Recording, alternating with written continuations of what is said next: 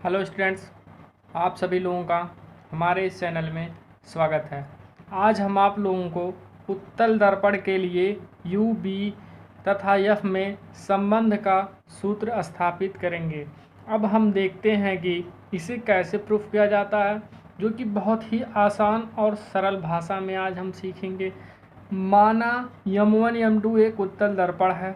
इसके मुख्य अक्ष पर स्थित बिंदु वस्तु O डैश है, जिसका प्रतिबिंब I डैश प्राप्त होता है। अब हम इसे फिगर से देख लेते हैं। जैसे कि हम फिगर में देख सकते हैं कि M1 M2 एक उत्तल दर्पण है। इसका यह मुख्य अक्ष है। इसके मुख्य अक्ष पर O डैश एक वस्तु रखी है। यदि हम और अगर इसकी हिंदी लिखना चाहें तो इसे एक बार फिगर से देखते हैं कि इसकी हिंदी लिखी कैसे जाती, जो कि बहुत ही सरल भाषा में देखेंगे।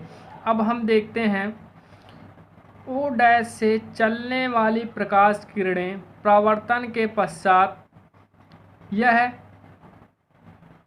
फोकस F पे होकर पुनः टकरा कर ये वापस निकल जाती है। अब हम देखते हैं O डैश से चलने वाली दूसरी प्रकाश किरणें बिंदु B से परावर्तन के पश्चात यह वक्र केंद्र अर्थात C पर जाती है और जिसका प्रतिबिंब I डैश पर बनता है। P हमारा मुख्य अक्ष है। अब हम देखते हैं, हम प्रत्येक दूरी दर्पण के ध्रुव से ही लेते हैं। अब हम इसकी दूरी देख लेते हैं। माना कि बिंदु PO अर्थात ध्रुव से लेकर वस्तु की दूरी -U। हम जानते हैं दर्पण के सामने की दूरी जो होती है सब ऋणात्मक में होती है, दर्पण के विपरीत की दूरी सब पॉजिटिव होती है। अब हम देखते हैं P है दर्पण का ध्रुव और I है प्रतिबिंब। तो हम देख लेते हैं दर्पण के ध्रुव PI की दूरी हो जाएगी B, इधर की सारी वैल्यू पॉजिटिव होगी। यह है या फोकस, मुख्य फोकस है। अब हम देख लेते हैं तथा दर्पण के ध्रुव P तथा मुख्य अक्ष के बीच की दूरी को हम लिखते हैं F से। अब हम देख लेते हैं ये C हमारा वक्र केंद्र है। वक्र केंद्र की दूरी दर्पण से हो जाएगी ध्रुव से R। ये तो हमारा हो गया फिगर से सब वैल्यू। अब हम देखते हैं कि इसे प्रूफ कैसे किया जाता है। तो अब देखते हैं आगे। देखते हैं पहला त्रिभुज O डैश C, त्रिभुज O डैश C तथा दूसरा त्रिभुज हमारा है CI डैश I। तो अब हम देखते हैं यह दोनों त्रिभुज समकोणिक होंगे, अर्थात इसमें भी 90 अंश का एंगल बनना है, इसमें भी 90 अंश का एंगल बनना है। तो हम देख रहे हैं दोनों एक दूसरे के समान होंगे। तब हम देखते हैं O डैश बटे I डैश हो जाएगा तथा इक्वल टू करके हो जाएगा OC बटे CI। ये हमारा इक्वेशन नंबर 1 हो जाएगा। अब हम देख लेते हैं जैसा कि यहाँ पर ये लिखा हुआ, हमने इसे समीकरण 1 मान लिया। इसी तरह हम त्रिभुज I डैश F तथा ANF भी समकोणिक होगा। अभी हम आपको फिगर से दिखाते हैं। तो इसमें हो जाएगा NA बटे I dash equal to NF बटे FI, परंतु अभी हम आपको दिखा रहे हैं NA बराबर O डैश। तो हम अगर NA का मान इसमें वैल्यू रख दें तो ये हो जाएगा O डैश बटे I dash equal to NF बटे FI। ये हो गया हमारा समीकरण 2। अब हम देख रहे हैं समीकरण 1 और 2 का एक पक्ष बराबर है, तो दोनों एक दूसरे के बराबर हो जाएंगे। तो हम क्या लिखेंगे, वैल्यू CO बटे IC और इक्वल टू NF बटे FI। और ये सारा वैल्यू जो हमने फिगर से देखा है वही सारी वैल्यू लिखी गई है। अब हम आगे देखते हैं, जो कि यहाँ पर लिखा गया समीकरण 1 और 2 के एक पक्ष बराबर हैं तो दूसरा भी होगा। तो अब हम देखते हैं, तो हमने बोला था CO equal to IC equal to NF और पान FI। अब हम देखते हैं, मान लेते हैं बिंदु A जो है यह P के दर्पण के ध्रुव के बहुत पास हो, तब जो होगा NF बराबर हो जाएगा PF के, जो कि हमने यहाँ पर वैल्यू रख दिया। NF बराबर हो जाएगा PF के, तो NF के दर पे हमने रख दिया वैल्यू PF और अपान FI। अब हम CO और आई सी और पी एफ तथा एफ आई का वैल्यू रखते हैं। अब हम देखते हैं कि हमें सी ओ का मान निकाल, अर्थात ओ और सी बोलें या सी ओ बोलें। अब हम एक छोटा सा फिगर बनाते हैं, जैसे मान लेते हैं हमें हमेशा दर्पण के ध्रुव पी, इसको हमने मान लिया, और ये हमारा ओ है और ये हमारा सी। अब हम देखते हैं हमें वैल्यू यहाँ से लेकर यहाँ तक पता है और यहाँ से लेकर यहाँ तक का पता है। तो अब हम जैसे जनरल भाषा मान लें कि यह हमारा यहाँ से लेकर यहाँ तक 10 मीटर है और यहाँ से लेकर यहाँ तक 5 मीटर है, या जो भी हम माने। अब हम आपसे ये कह दें कि हमें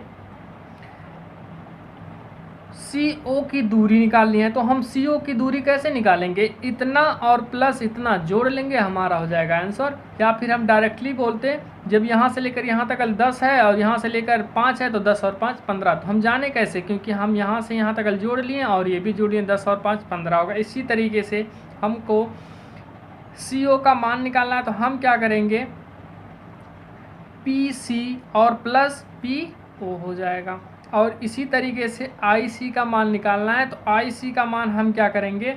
यह हमारा I और C, तो हम क्या करेंगे? टोटल में से वैल्यू इतना घटा देंगे, तो हम लिखेंगे PC माइनस PI, अर्थात दर्पण के ध्रुव और प्रतिबिंब की बीच की दूरी को हमने घटा दिया।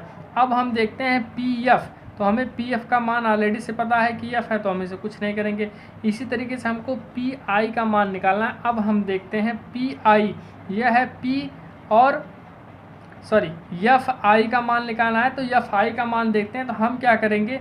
PF में से PI घटा देंगे, तो ये हमारा FI का मान हो जाएगा। अब हम वैल्यू देखते हैं, तो हमने अभी वैल्यू आगे देखा था कि सारे के सारे वैल्यू इधर वाले सब निगेटिव होते हैं और इधर वाले सब पॉजिटिव होते हैं। अब हम वैल्यू रखते हैं। मैंने आपको अवतल दर्पण में एक छोटी सी ट्रिक बताई थी, उस ट्रिक का भी इस्तेमाल कर सकते हैं, फिगर से भी आप वैल्यू रख सकते हैं। तो अब हम देखते हैं PC, यहाँ से लेकर यहाँ तक की दूरी है R, हमने रख दिया वैल्यू। उसके बाद ये है PO, इसकी दूरी है -U, तो प्लस माइनस हो जाएगा माइनस। इसी तरीके से PC यहाँ पर है PC, इसकी दूरी है हमारी R, हमने रख दिया। और PI का मान है यहाँ से लेकर यहाँ तक B, हमने B रख दिया। PF का मान है F, हमने वैल्यू रख दिया। ये भी PF है तो इसका भी मान F होगा। PI का देख लेते हैं, PI इसका मान है हमारा V, हमने वैल्यू रख दिया। अब हम देख रहे हैं C हमारा वक्ता केंद्र है, O हमारा वस्तु की दूरी है, और इसी तरीके से I प्रतिबिंब की दूरी है, F मुख्य फोकस है, तो उस पर भी वैल्यू रख सकते हैं। C वक्ता केंद्र, उसकी दूरी R है, इधर वाले सब पॉजिटिव होगी, इधर निगेटिव। PO वस्तु की दूरी इधर -U है, तो हमने रख दिया प्लस माइनस माइनस हो जाता है। इस तरह से C है वक्ता केंद्र, R रख दिया, PF है मुख्य फोकस, तो वैल्यू रख दिया। छोटा सा फार्मूला जानते हैं हम लोग, F बराबर R/2, तो R बराबर हो जाएगा 2F। अब जहाँ पर R है वहाँ पर हम वैल्यू रख लेते हैं। R का मान है 2F, और ये सब वैल्यू ऐसे ही रहेगा, जहाँ R हमने रख दिया 2F, यहाँ कोई चेंजिंग नहीं होगा। अब हम क्या करेंगे? क्रॉस मल्टीप्लाई कर लेंगे, इसका मल्टीप्लाई करेंगे यहाँ, इसका मल्टीप्लाई करेंगे यहाँ, तो या फिर गुणा बोल सकते हैं, हमने गुणा कर दिया। अब हम देखते हैं एक दूसरे का गुणा करके। अब हम गुणा कर रहे हैं, 2F का गुणा F में करेंगे, 2F स्क्वायर हो जाएगा। F का गुणा या फिर V का गुणा कर देंगे, तो इसमें हो जाएगा प्लस माइनस माइनस 2FB। अब फिर इसका गुणा कर लेते हैं, U का गुणा F में कर देंगे तो -UF, माइनस माइनस प्लस हो जाएगा, U गुणा B में कर देंगे तो UV हो जाएगा। इसी तरीके से F का गुणा इसमें कर देंगे तो 2F स्क्वायर FB, ये हो गया हमारा वैल्यू। यहाँ 2F प्लस में है, ये भी प्लस में है, अगर पक्षांतर कर दे तो एक दूसरे को कैंसिल कर देते था, 0 हो जाता, तो हमने वैल्यू ऐसे रख दिया। अब हम देख रहे हैं ये है 2FB, यहाँ है FB, ये माइनस में है, हमने क्या कर दिया? इसको पक्षांतर कर दिया, ये माइनस इधर आया तो प्लस, और इधर का वैल्यू ऐसे ही रहने दिया, और ये वैल्यू UF ऐसे ही है प्लस UV। अब हम देख रहे हैं, यहाँ देख ले रहे हैं, यहाँ तक तो हमने कोई चेंजिंग नहीं किया। ये है 2FB और ये है इसका गुणांक देख रहे हैं 1, 2FB में से 1 FB घट गया तो FB आ गया। अब हम क्या करेंगे? दोनों पक्षों में यू बी एफ से भाग दे देते हैं, तो हमने भाग दे दिया दोनों साइड।